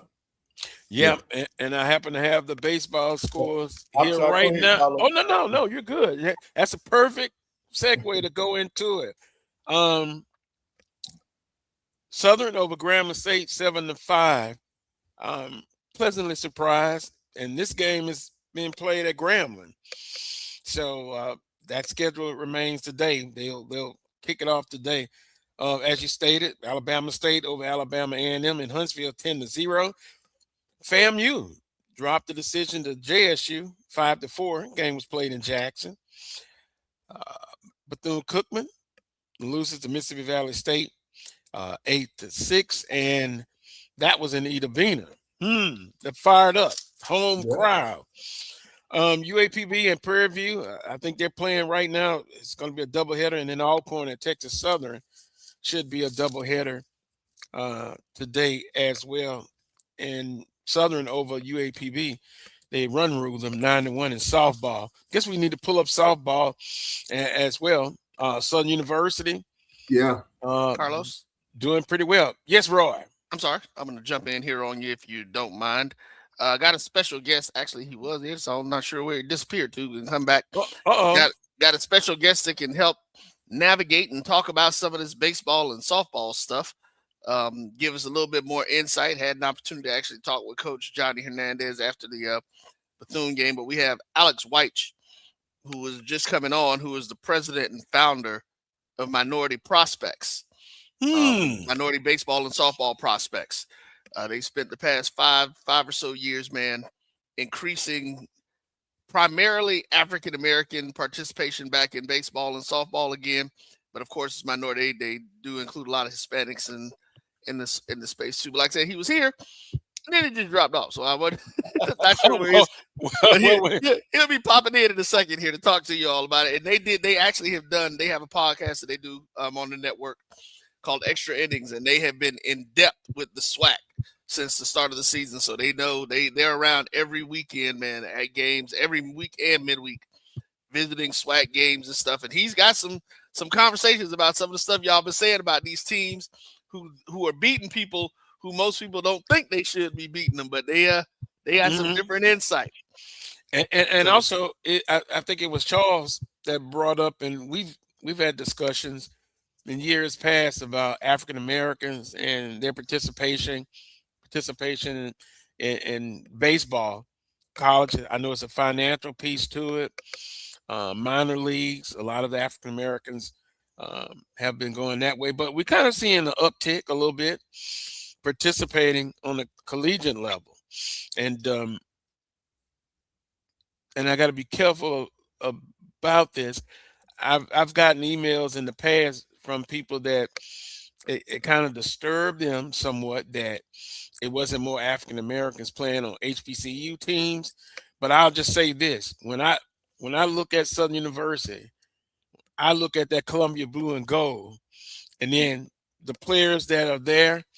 That's what I'm pulling for. So And we've talked to Coach Roger Cater in years past about how expensive it is to get into. Carlos, I'm gonna jump in. I got him back in. I actually know where he went to. But everyone introduce CEO of Minority Prospects, Mr. Alex Wyche. I'm gonna let y'all take it from. Oh, there you go, Alex. Good. I guess afternoon. It's after 12. Where you from? Where you broadcasting from? Man, right here from Atlanta, man. Headed to North Carolina, man. Charlotte today, man, as we promote our HBCU All-Star game in June. And do it. We got a free kids clinic tomorrow in Charlotte, man. So headed to Charlotte.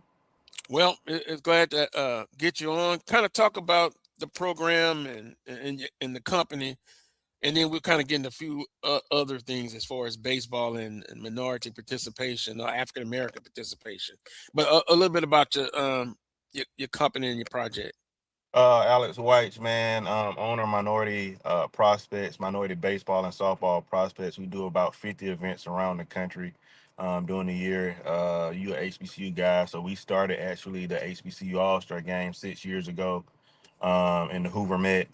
We started with boys. Me being a former high school coach, I was the head coach of a school called Redan High School. If you know about Redan, it's the mecca of black baseball, man. For the last about 40 years in high school baseball, you talk about Brandon Phillips, Dominique Brown. I had the current Twins right-hand pitcher, I was the head coach of Taj Bradley. Last 40 years, just black excellence of baseball, and just wanted to start something during COVID. Everybody really was just complaining about, black participation in the game of baseball, and we just really wanted to do it ourselves and stop, begging for MLB or whoever it is to create change, man. So that's the same thing that happened in our HBCU All-Star game. My president, Reggie Hollins, I called him, and he was the head coach of Tuskegee. I was just saying we started our events on the All-American games, on the best players in the country, and I just wanted to figure out how can we do the same thing for HBCUs and get scouts out. And he was just like, man, let's do an All-Star game because it puts everybody in one spot, D2, D1, and make scouts have to come because it's the best players in the country, man. So we're 6 years running our HBCU All-Star game. We also have we 4 years into our softball HBCU All-Star game, man. So it'll be in Charlotte and Kannapolis, and then we doing a tour with it this year. And we're gonna move to Charlotte, then we go to Atlanta, then we go to Detroit, man. So we do everything black baseball, man. These last 3 months, we've been doing a 15 city tour where we do ground level instructional camps, and we take those kids to HBCU games, man. So that we're doing this weekend in Charlotte. Next week we'll be in Baltimore. We'll go see Coppin State. And then we'll end it off, man, in the SIAC tournament, in which we're partnering with the Black College Sports Network and Minority Prospects to shed light on these tournaments, man. We want to make sure these tournaments are just like the SEC, man, packed out, fanfare, educational tools. We partner. We did the college Final Four last year in Montgomery, and we did the top two D2s and the top NAIAs, and we partnered with Montgomery school system, and we had over 8,000 kids there. So we wanted to do the same type of feel for the SIAC. We kind of came in, we just solidified a contract. I'm gonna say a couple weeks ago, so it won't be as much fanfare we really want as we tie into Columbus school systems and Bibb County, where I'm actually from Macon. But next year, man, we're hoping to really pack out these stands as much as possible. Just like after the SIAC and the SWAC tournament, we'll do our college Final Four again in Montgomery. We partner with the city, so we have over 8,000 to 9,000 this year of kids. Continue to grow the game and see black baseball, man. So that's what we do, man. We try to do everything we feel is needed to grow the game, from the youth level to hosting the top high school players in the country, to going around and putting light on HBC baseball and softball. Right. Hey, Alex, have you all seen an uptick in African Americans participating now? Have you seen it yet? It's tough, man. I'm gonna be honest with you. We're based in Atlanta, bro. So Atlanta is a different world than everybody else in the country, if I can say that. Atlanta is heavily, involved, and if you look at MLB, the top player, 50% of the black players in the MLB are from the Atlanta area that's in the major leagues.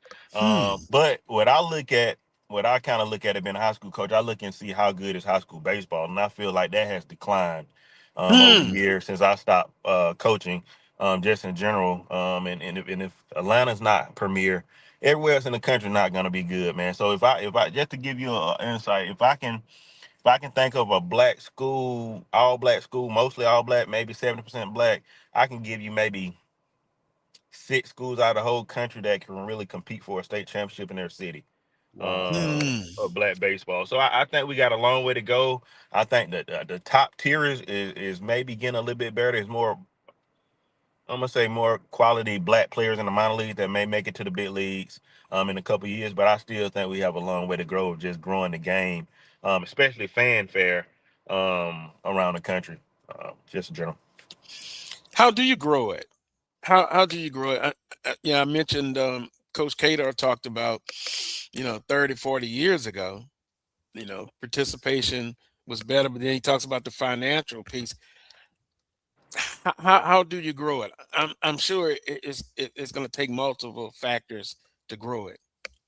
I think for me, being a former teacher for 13 years, I think part of it is getting that curriculum into the school system, and getting everybody involved in some type of field of baseball, just like they do kickball and things like that. Getting them to learn the fundamentals. But probably the biggest thing with me, man, is getting the little leagues back together, man. The more we can get, for me, it's always about numbers, right? The more we can get kids in one place and seeing the game, they love it. It just, can we continue to do it around the country? And then I think it leads into instructors. Football, basketball, it's a little bit more. Our black dads and mom can kind of tell you a little bit more about basketball and football, what it looks like, and you can throw a basketball and you can see a guy shoot 100 shots in basketball. You can throw a football, my bad, but baseball, it really takes technique and it takes fundamentals. And I think we just, part of it is, getting more quality coaches that's touching those younger kids so that they don't lose the love of the game around that middle school age, because it is hard, and if you're not fundamentally sound, you're gonna not love it. That's a good point, and I know in the past they talked about, and recently, the financial piece, like little leagues. I know in the African American community here in Baton Rouge, at one point, churches were sponsoring little leagues and making that financial investment. With that being said, the financial piece, is that still the norm now? It's expensive, or are people using that as an excuse? I feel like it's an excuse, man. Our black people spend money on a lot of stuff. We one of the highest spenders in the world, bro. So it ain't gonna stop our kids from having $100 pair of shoes. I'm gonna tell you like this, right? You think that we have more money here in the U.S. or they have more money in them other countries like the Dominican and Puerto Rico? Yeah. Right. They got less funds, less resources, and they're producing higher talented players. I think here we just have more opportunity, right? We're just not focused on baseball and getting out. Like back in the day, when you see a successful person back in the day, with doctors and things like that, but you felt like to get out the hood, you had to play a sport and you put everything into it. Now these kids have video games. They got more choices and more opportunities to do things, which hinders, that do or die baseball or softball mentality that they may need to be successful, man. So I think it's just more quality and more opportunities in the U.S., man, than anywhere else. I think if we really want to dial in and play the game, we can. It's really not expensive like that. I think it's more of access. Kids, like we're doing now, like when we're in Atlanta, we'll take 500 to 1,000 kids to the Morehouse and Clark game. They just need to see it, fall in love with it again, get some quality instruction, man, and find the fun. And again, a kid can't tell you who a superstar black baseball player is, right? Back in the day, you guys had Ken Griffey. Y'all a little bit older than me. Y'all had Barry Bonds. My boy for the Barry Reds. Bonds. We Ken got Griffey. Ken Griffey, Sammy Sosa, and even though he went black, but he still made baseball cool. You had all those guys, Fred McGriff and Marquise Grissom and all those guys. Now if I go to a school now, even with a baseball kid, it's hard for them to name popular black players. So I think marketing side, we are Adidas. Like we've got one of the biggest contracts in the country with Adidas. Outside of like Julio Rodriguez, but everything we do at Adidas, we've been trying to bring back the cool and fun side of the game of baseball and that flair. And try to highlight. If you look at our social media, we try to highlight those players as much as possible too, because that's what the kids on. They're on social media, and we try to put as much emphasis on the new black players, like Lauren, like Michael Harris is in Atlanta. He's been in Atlanta in the big leagues for 6 years, maybe a little bit less, a little bit more, but he should be like a Michael Vick, right? Homegrown kid, Stockbridge, Georgia, worked his way through the minor leagues, and he been a center fielder for the doggone Braves, and they won a World Series. So he shouldn't be able to walk around in Atlanta without being mobbed. But we just got to bring back that fanfare for major league players, for black players, so that these kids can look up and want to be those guys. I got a question for you, Alex. We were talking before about SWAC baseball and the rosters, and this conversation has been had. Bethune-Cookman and some of the other teams. Not even if you go back to Coach Melendez when he was at Bethune-Cookman before, and Alabama State. When Melendez was there, people talk about the racial makeup of those teams or not. What are your thoughts on that when you look at a Bethune or you look at Alabama State and just this whole conversation that we've had? I'm gonna be honest, man. I don't give a damn, man. I want them to win. I want them to be good. Because a black team, all black team is not good. Point blank, man, our black folk got to support anyway, right? We don't do enough supporting to complain. Right, if I go to a Southern has mostly all black. Southern playing Gremlin right now in a series. How many fans there? I'm gonna say it's probably 150 fans. And man, I don't think they invest enough to complain about that. Cause I rock with nobody does more for HBC baseball and softball than us, and be there with those kids. I rock with Johnny heavy, because he's working hard. He doing everything right to make Bethune-Cookman into a mid-major, right? Or to a power four. He pushing, he trying to get the best talent he can to be successful. Do you want to see a couple more black players? You never, it's HBCU, yeah, you do. But those better HBCU, those better black players that we deal with, like All-Americans, like the Tamars and Drews and all those guys, they're not going to HBCUs, right? We don't have the money. Right, we ain't had the NIL right now to give them to go to those schools, and then I think it got to be to the kid too, man. I can't blame him because it's hard for him to get a kid that's a that's a Georgia Tech guy like a Von Lackey or something like that didn't have many offers, but Gremlin offered Von Lackey early, right before he had offers, but he still chose Georgia Tech. One of the best players in the country, and it worked. But I can't really fault them for getting the best players they can to be successful, because those top tier black guys are either gonna get drafted or they're gonna go to a power four, and get the money right at this point. Right, so it's kind of hard, man. I can't blame him for going into the portal and getting the best players he can to be successful. And then you go into the admin, right? The admin, if that's what you want from the admin administration point, man, you got to hire the right people that you feel that can bring in those type of kids. Our admin, I feel, I know my president Reggie Hollins, he know a little bit more about that than me, but they got to do a better research on who they need to select and who they need to get, if that's what they're looking for. Right. For me, if I was admin, I want to win, because nothing did better for HBCU baseball than Bethune-Cookman being LSU. Right. It put more lights on it. Black, brown, purple. I don't care if you had all white out there. It's an HBCU. It put them into a spotlight where they can compete. And hopefully on the recruiting side, he can get more players and get more players to understand that you can go to HBCU and get drafted or play at the highest level. So, man, I rock with Johnny. I rock with Alabama State coach, my dog. I rock with all those guys, man. I know that they do a tremendous job on trying to recruit and get players, black Hispanic, or whatever it is. And at the end of the day, it's the kid's choice if they want to go. And then if that doesn't work, they got to go with what they know, where they from, and get players that want to come. It's easier for them to get a player that's more of their origin, and getting them to understand, hey man, it's a bigger picture. And sometimes it's difficult with our black kids, and getting them to understand, hey man, you can be here for a year and play, and then you can transfer out. So whatever fits them, man, whatever they feel can make their program the best it can be. Because for me, I just need HBCU baseball to be compatible to Power Fours, for us to be able to be in a conversation. I don't want an all black team and they saw it. Yep. Yeah, I don't, man. Yep. When I was at Redan, we had some kids that came over from Dominican Republic that played. You feel me? It is what it is. I want to win, because at the end of the day, the only thing you're gonna remember is Bethune being LSU, or them winning and getting a chance to play at a bigger level, man. So for me, man, I just want to see. I just want to see great baseball, man, and competitive, and I don't want to see a drop off for HBC baseball, man. That's what I don't want to see. I want to see it's the same as everybody else. So if I tell a top 25 kid to go to a Bethune, they're not hesitant to go.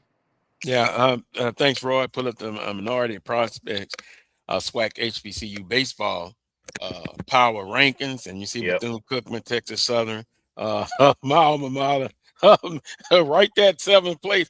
And Alex, I'm listening to you talking, and it put me in the mindset.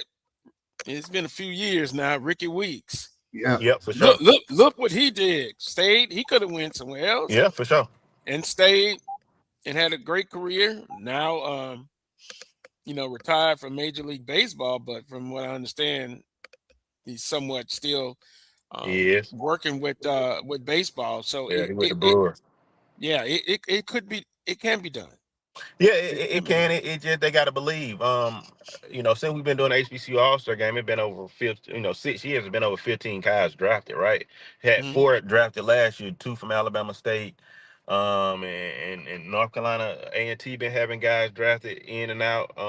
Bethune had a couple guys. Grambling had a kid last year that transferred from Kyle, he transferred from Grambling and went to Arizona State and got drafted. It's an opportunity, man. We just got to get the kids, get the buy-in, and get some bread, man. We got to get some money into these institutions, man. Again, we deal with every kid in the country damn near, man. It's hard for me to tell a kid when I can go see Carrick in Missouri, and they got $1 million facility. They got $1 million indoor facility. They got all the stuff you can eat and protein, and they got 6-7 coaches. You're gonna max out at what type of player you're gonna be. And then I can go to no offense, I can go to Baton Rouge, and I can go to Southern, and they still got cages underneath the bridge. They ain't got the resources that these Power Fours have. And I can go across the street and go to LSU, and they got a stadium, 10,000 fans. They gonna pack it out. It's gonna be at least 5,000 in there every night. So it's kind of hard for me to tell a top and they're gonna get $150,000-$200,000 to go there. That's not being realistic, guys. And telling them, hey, man, go here, sacrifice it for our black fans and our black people, and go here and go to this, but do it for the culture. No, man. Everybody got their own path and their own goals, man. But I think it's up to us, man, to stop all the. Hey, very interesting. Very interesting. They do a lot, man. They do a lot to help people. I really like that. They do a lot. Yeah, and I appreciate his candor and being candid.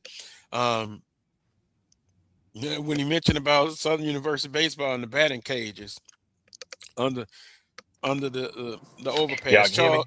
Yeah. We got you back, man. Yeah, Charles, you know about that. Yes. Yeah. Oh, he just went back out again. All right. Yeah, that is true. And you brought up a point, Carlos, I was gonna bring up. We remember Ricky Weeks back in the day. Got a chance to meet him in an event that they did in Alabama several years ago. And I'm just wondering, will we ever see a kid like a Ricky Weeks in today's climate commit to one of our schools in this climate? Can you see a Ricky Weeks, Alex, Ricky Weeks type in today's baseball, and you know there's some Ricky Week potentials out there coming to one of our schools. Can you see that in 2026 and beyond? Man, a lot of folk got fired off Ricky Weeks, man. You feel me? A lot of scouts, a lot of coaches in that area got fired, man. Shout out to Kadar for he always talk about that story of just, parents was bought in. He didn't have a lot of pub like he should, because if he from Florida, if he could have got Miami or Florida State, he probably wouldn't have went to Southern. You feel me?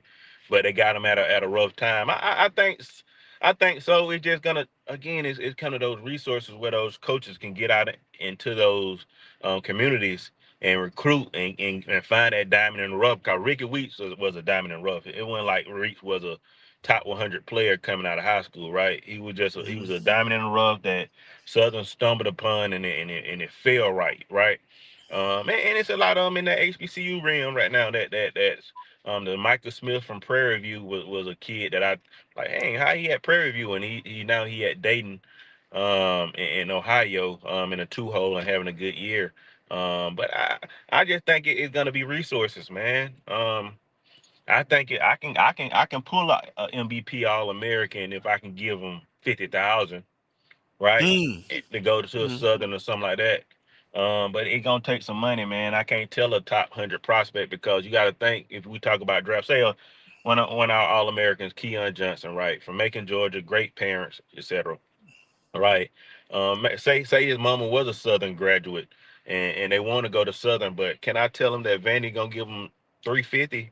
Right, and to go to school, or 250 to go to school and the Vandy education, or he gonna go to Southern for $0, right?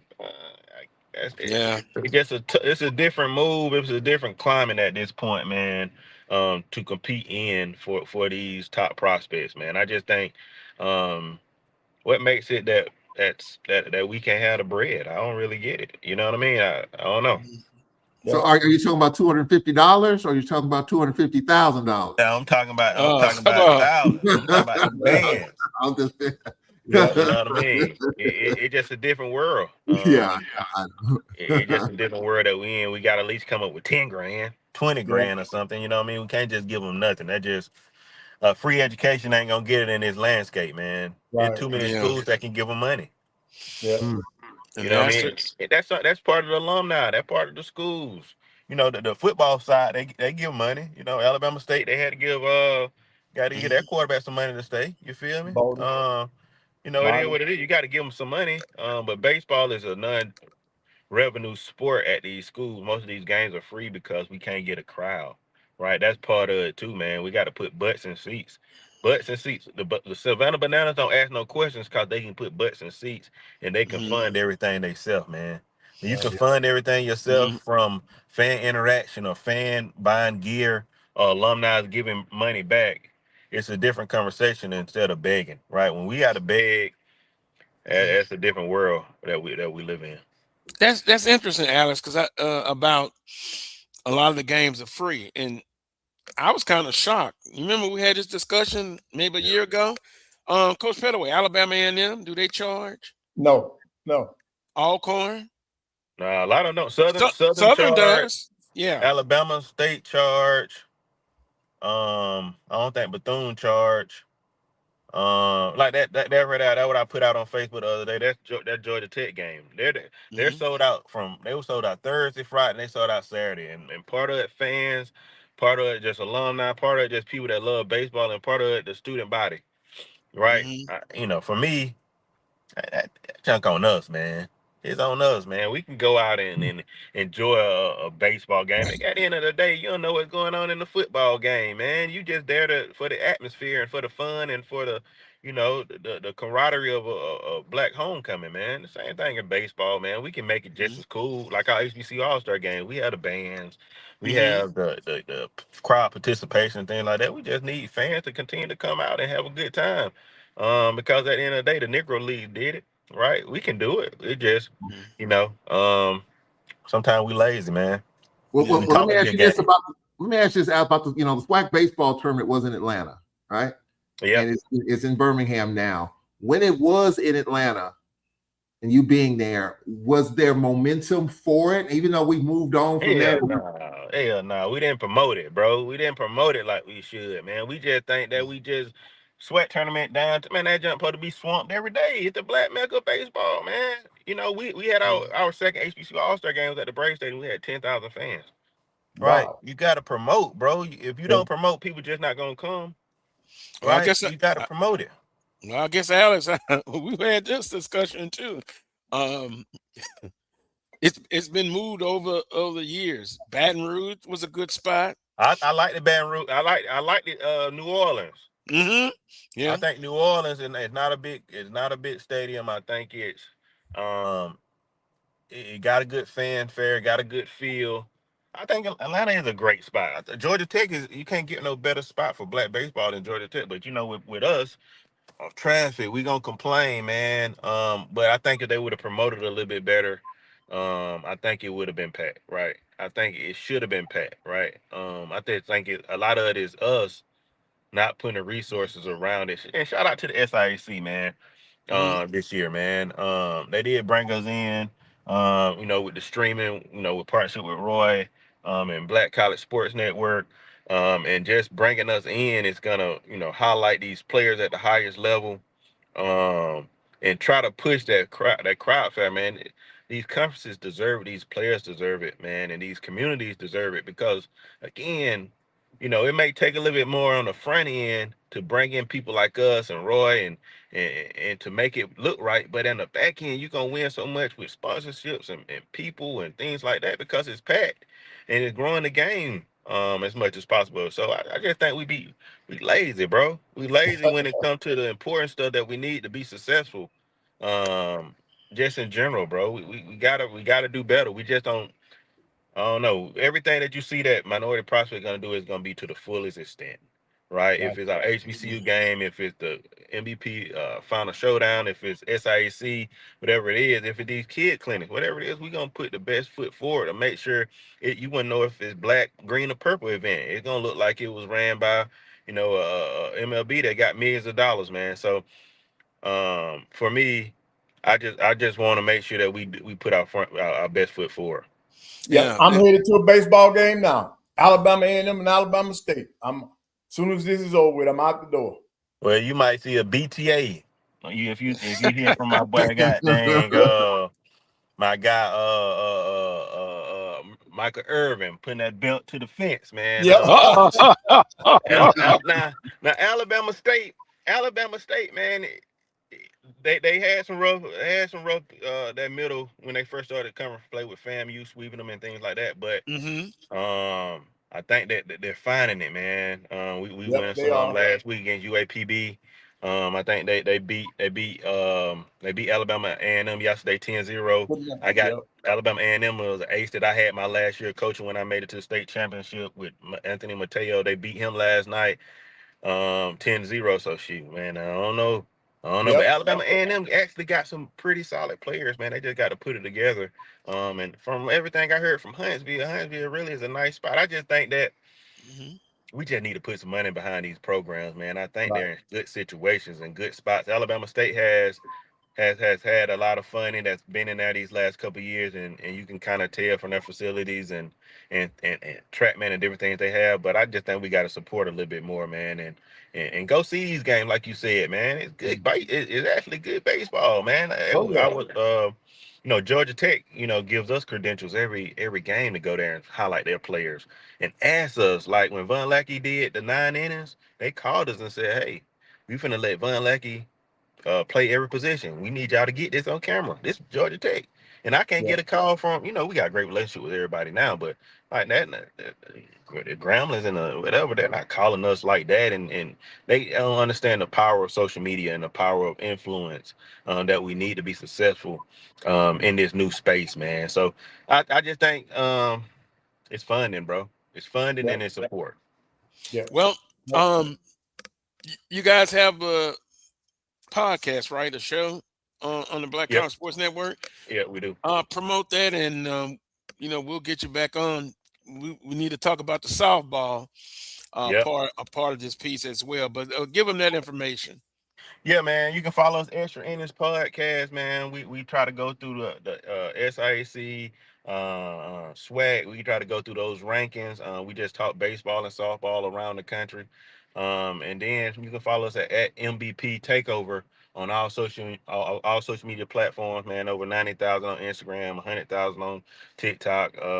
My personal account on Facebook, we got Minority Prospects, but we got over 700,000 on Facebook, man. So, man, check in, man, at MVP Takeover, at MSP Takeover for softball, man. If you haven't been to a softball game, man, come see it. This is one of the most exciting things in sports.